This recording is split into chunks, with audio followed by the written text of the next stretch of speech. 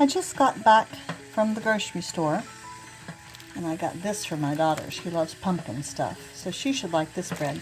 But I'm going to have a healthy snack. You can probably hear that my water is coming to a boil. We're going to have some tea.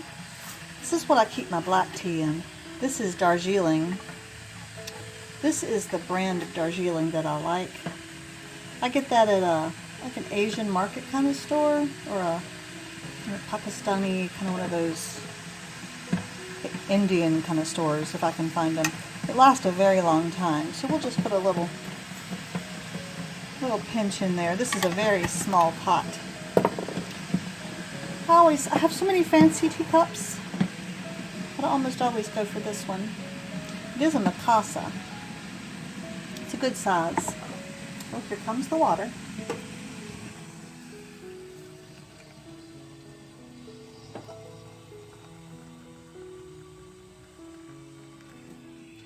This pot has a little basket insert.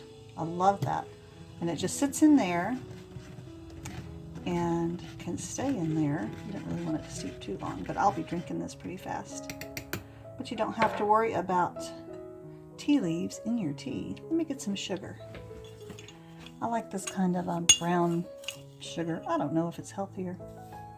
It's supposed to have a nuttier taste. I got attached to it a few years ago and I've just kept using it. I don't have tea every day. I have coffee in the morning, but today feels like a tea day.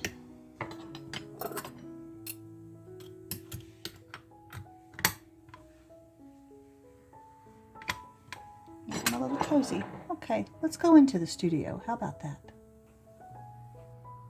They say to only let your tea steep for, I don't know, 2 minutes, so I only have 1 minute left to show you my recent favorite snack.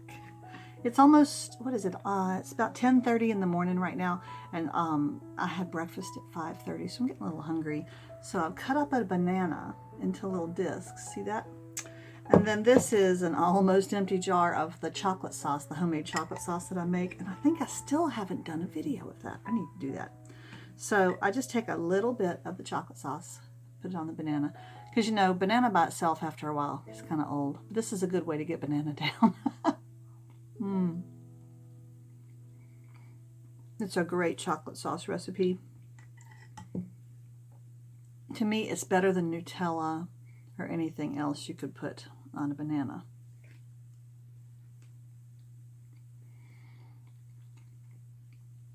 It has cocoa powder in it and corn syrup and sugar and evaporated milk and things like that. So it's got really, you know, yummy, probably not great for you ingredients. Just poured my tea. All right, let's get started on our video now that we've had a little sustenance. Hi, YouTube friends. Well, this morning I thought I'd just do a quick little check-in with you to let you know what I'm doing. I am making soap this morning. These are my oils. That's just coconut oil, olive oil, vegetable oil. So they're warming up. My lye mixture is on the back porch. It's cooling down. And let me show you the essential oils I'm going to use. I've got my 3 little molds here, which I really, really love. Okay. This is peppermint essential oil, and I'm going to tell you about my peppermint adventure in a second. This is tea tree essential oil. I use tea tree soap myself on my face, and I run a little low. And then I thought I would do a brand new combination of eucalyptus essential oil and lemongrass essential oil. A lot of times the combination of a woody oil and citrus oil is really nice. So let me show you the batch of soap that I made last week on Friday. Okay. So here it is. They're all out here drying on a little raised rack. And I even have a fan over here blowing on them sometimes to help them cure a little faster. These 2 rows back here are all balsam. That's a Christmas tree scent. And that's a fragrance oil.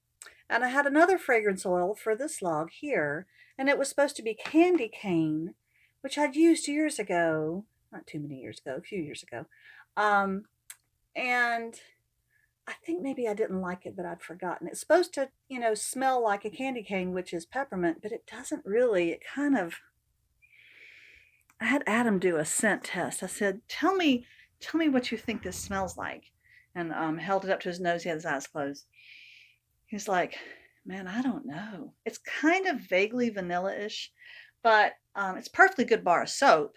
I think I might keep, we're very low on soap in the house, so I think I will keep this whole log for us unless I can figure out something to do with it. But we need soap anyway, and so that's why I'm doing a log of a whole mold full of peppermint essential oil. I'd forgotten I had that. So then I'll have some real peppermint smell. I'm also painting lots of Christmas cards to sell at a bazaar this weekend. This is one I like. This is kind of a snow globe effect. I make that circle using the base of this jar. And I thought I would talk about, just for a second, I use salt on this, and it's fine. When you look closely, you can see there's some separation, but there's also just a lot of little dots for the salt in that blue. That's because I used too much salt. If you use less salt, you get this effect, which is what I wanted, which is more of a icy snowflake look. I really, really like that. And so I'm going to be very careful. It's a nervous thing to sprinkle salt, sorry, onto wet pigment. You feel like you have to hurry, and it makes you want to dump a lot of it on there. Just a little bit more, just one more sprinkle, and it can get you a look of that instead of a look of that, which I prefer. Anyway, I'm in the middle of this one. This is going to be a ribbon with some polka dots on it, and I'm going to do a third candle. Those are both candles. I want to do a yellow candle behind those two. The candles will be lit, about to catch the bow on fire. Anyway, let me show you a few more I've been doing, okay? This is the guest room where things get piled up because nobody sleeps here right now. Anyway, here's, let me pull these out. Yeah, here we go. So I'll just go through the Christmas ones. I hope that light doesn't mess up. I've done a couple of snowmen. Isn't he cute? He's holding some mistletoe. And I really like this one. I got the idea of this one from something that Pom Pom had a couple of years ago. Card or so, I don't know what it was. I think it was Pom Pom. Here's just a little pine wreath. I like this one. I used to love to do mice, and this one is messing with the Christmas tree and taking the lights off, or maybe putting them on and being helpful. I love this little bird in a pine heart wreath with a bow. This one's fun too, little bird sitting on a tree. I really like the snow effect. I have a jelly roll pen that I use for the little dots, and I have a bigger, I'll have to show you, I forget what it was called, a bigger pen that I think Cece recommended. Okay, now see, here's another, let me get a little closer. This is the other first snow globe one I did, and again, I used less salt. And you don't want to have too much water either. It needs to be a little enough water that the salt really can absorb it and pull the wet pigment into itself. And if you have too much salt, it just doesn't work right. But doesn't that look great? All right, a couple of candles with little glowing lights. See, the secret to that is to not paint the middle and only paint around it with the yellow. Okay, another wreath, cat playing in a tree. Another tree with lots of color in it. Anyway, those are the portrait ones. Okay, stockings. Those are always nice. Whoa, things are gonna fall down. Well, this is a fruit wreath. So you see apples and oranges and some green apples in there. Now, I did one like this last year. It wasn't exactly a globe. It was just more of a washy thing. But there's Santa Claus flying over the village. I really like that look. Another wreath. People tend to like wreaths. I love this wreath. I did a blue one like this last year. This one's more red with some blue in it. I do lots of these. These are fairly quick, and people like them. It's just a snowy scene. Pumpkins. This is also a globe I got this idea from an advertisement I saw online or on Facebook. It was an advertisement for something. Anyway, and I thought, well, that's neat. I'd already done a lot of globes like this with blue skies, twinkly skies, and snowy skies, and trees. So this was just another variation of that. And out. Oh, good. See, I come back in and my oils are all melted. Let's take them off the heat, because now that they're melted, they have to cool down again. This is one of the things about making soap is not only do you have to deal with lye and wear protective equipment, but it also just takes time. You can do other things in between, like I'll probably put this on the back porch to cool down with the lime mixture because it's colder back there. But man, it'll probably be an hour before I'm ready to put these together. So that's time to go do something else. Okay?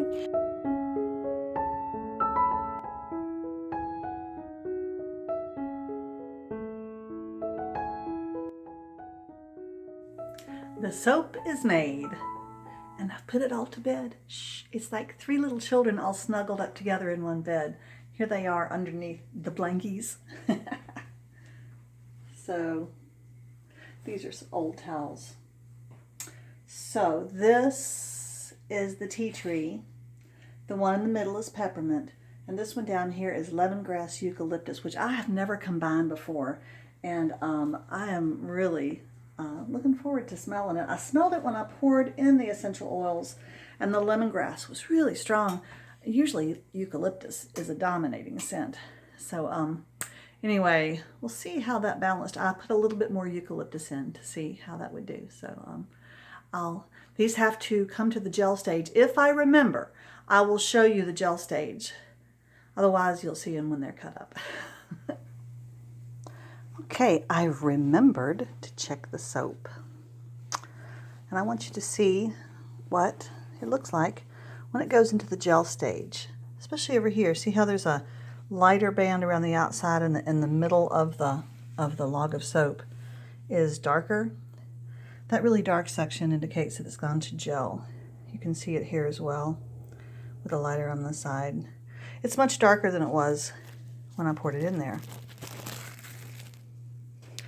So this has come to gel stage and is beginning to cool. I don't want to keep the cover off of it for too long. The gel stage is so important because that's what ensures a really good, high-quality hard bar of soap later. Okay. The hotter it gets in the gel stage, and the longer it stays there, and the slower it cools down, the better it is. This is my messy dining room table, but I wanted to show you what I brought inside, which is my Christmas cactus. I've had this for about 5 years. It's got loads of buds on it. I never have transplanted it out of its original pot. Its original pot. So it's probably pretty root bound. Had a friend who transplanted hers. It was just like mine, and then it didn't bloom after that because it was putting all of its strength into growing more greenery, and of course you want it to put its strength into blooming. So hopefully by Christmas it'll be blooming. Hi YouTube friends. Well, it's time to cut the soap. Okay, and I'm set up here on my dining room table. I've got my soap cutting device. Okay, this is just a wooden box. We ordered this one online. I probably showed you this before. It's got a nice little bench cutter, and it's got some measurements inside. I always just cut my soap between this block edge and this first cutting spot. Okay, and I like these little raised racks that really let the air get underneath it for curing purposes. And I've got a scale here because I want to show you how much soap I have. Now here's my 3 molds. I'm taking the first one out. This is the lemongrass and eucalyptus. The lemongrass is still strong, but it has a more complicated scent than usual lemongrass, and that's how you can tell the eucalyptus is in there. It doesn't, not like it smells like eucalyptus, it just has a complicated, lovely scent. Now I love these wooden boxes. I'm going to take these to the bazaar this weekend because they're great for standing things in. So I can, you can put paper in them like this, and I can put my cards in there. Actually, I might be able to put 2 cards side by side in there and have better display. So I'm going to take all 3 of these with me. So So let's take these out of here. These cured overnight, and this morning when I got them up, and I took the covers off of them, they were still the teeniest bit warm. Now that's the tea tree. I love tea tree. This one, it's interesting how they cure. This one has kind of a swirly pattern on the top. And look at the crinkliness of that one. It doesn't really show and it doesn't make any difference, but it's just that wrinkledness. Isn't that fun?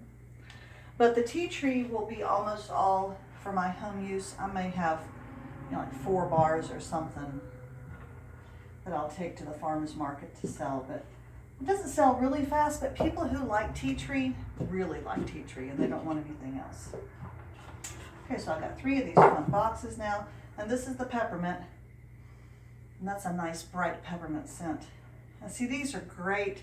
You can just bend it back, peel it off like that, and wash these in the sink. They're ready for next time. So there's my peppermint. I've used these, I don't know, half dozen times so far. They seem nice and durable. I don't think the plastic is going to split or anything. The soap, the raw soap, doesn't seem to have any negative effect on it, which is nice.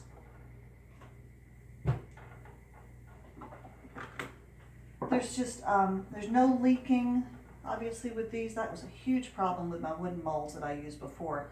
And when they would leak, I would lose, you know, like a bar or 2 of soap at a time. That was very frustrating. Now see, these are not colored at all. I really am getting away from using colorants. But this is the lemongrass cedarwood, not cedarwood, eucalyptus. And the lemongrass oil, I really stirred it in and stirred it in. But you can see the coloration on the top of this bar, how some of the oil has stayed up there. That's a beautiful smooth bar of soap. I want you to know how much soap. Let's weigh this and I'll tell you how many pounds of soap I have. 116 ounces of soap. So if you put 16 into that, you'll know how many pounds of soap. I forget how much it was. I think it's like over 7 pounds of soap. Okay, so I'm going to cut this open. I'll bring you in a little closer and you can watch me do that, okay? Well, somehow I totally messed up my camera work and I never recorded the soap cutting. And so here's a picture of me holding a bar of soap.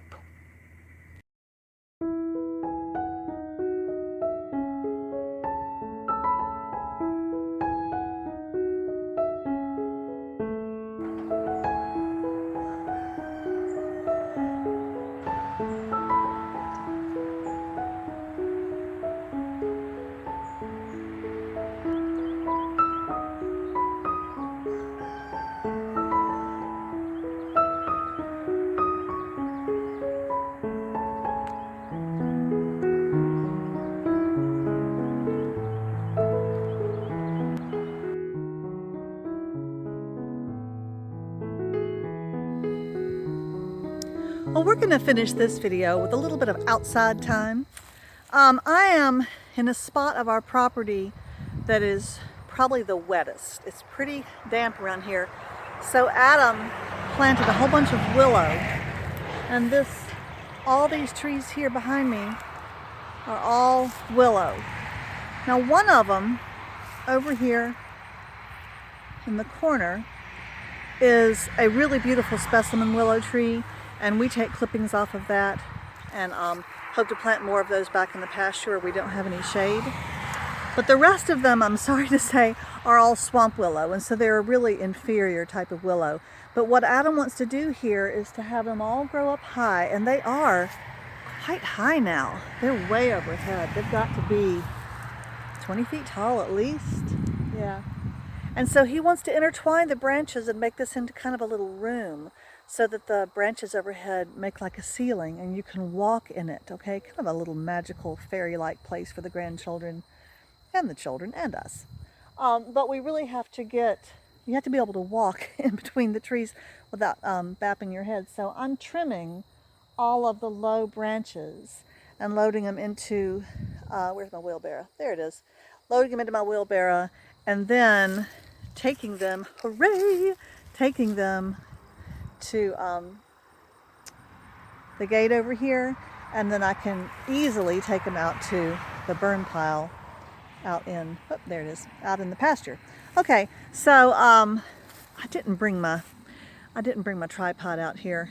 If I can prop my camera, I will, and you can watch me do this, but it's not anything worth watching me do, really. So, but I'm going to get the rest of these trimmed. I have, see, a lot of them I've trimmed really well, like this one. Cut off everything except for this one that sticks out because I don't mind the ones that face outward, okay?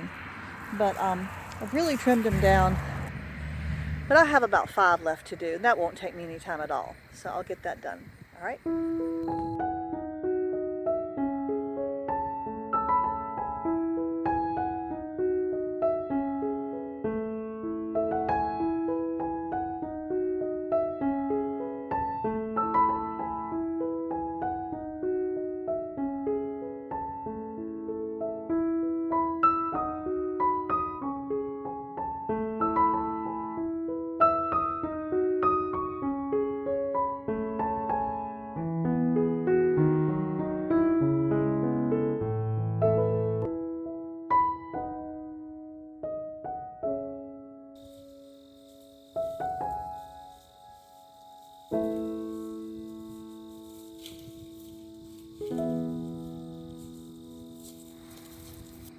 Okay, time to take all of this over to the burn pile. This is just the last little bit. There was a lot more before. I want to make the point about willow in our area. It is so easy to plant a willow tree that you could take any one of these, any little twig, just cut it off the tree and stick it straight in the ground and it will become a new tree. Seriously, that's how easy it is. My husband did exactly that with 26 willow starts out here, probably about 4 years ago. And of the 26, 20 of them have turned into nice, healthy willow trees. So we're pretty pleased with that.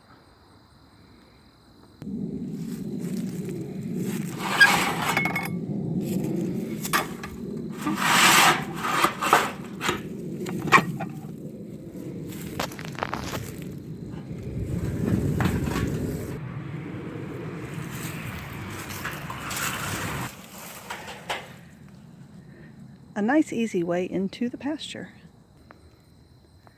So our burn pile gets a little bit bigger and hopefully we'll be lighting this up maybe over Thanksgiving when we have some family here.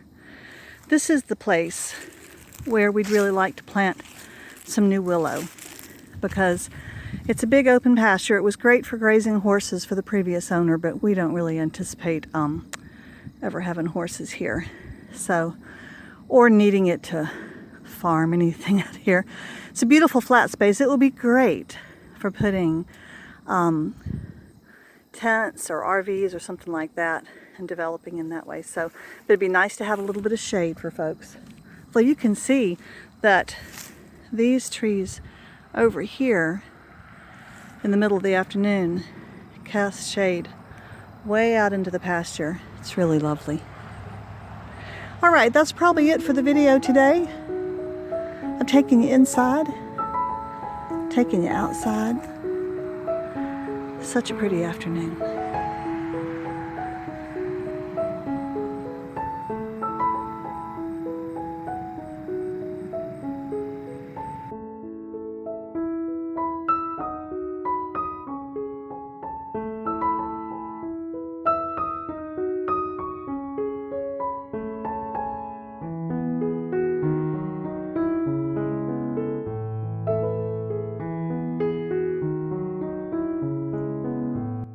Please leave a comment below if you'd like to. I'd love to hear from you. And if you enjoyed this channel, I'd love it if you would subscribe so I can see you here again.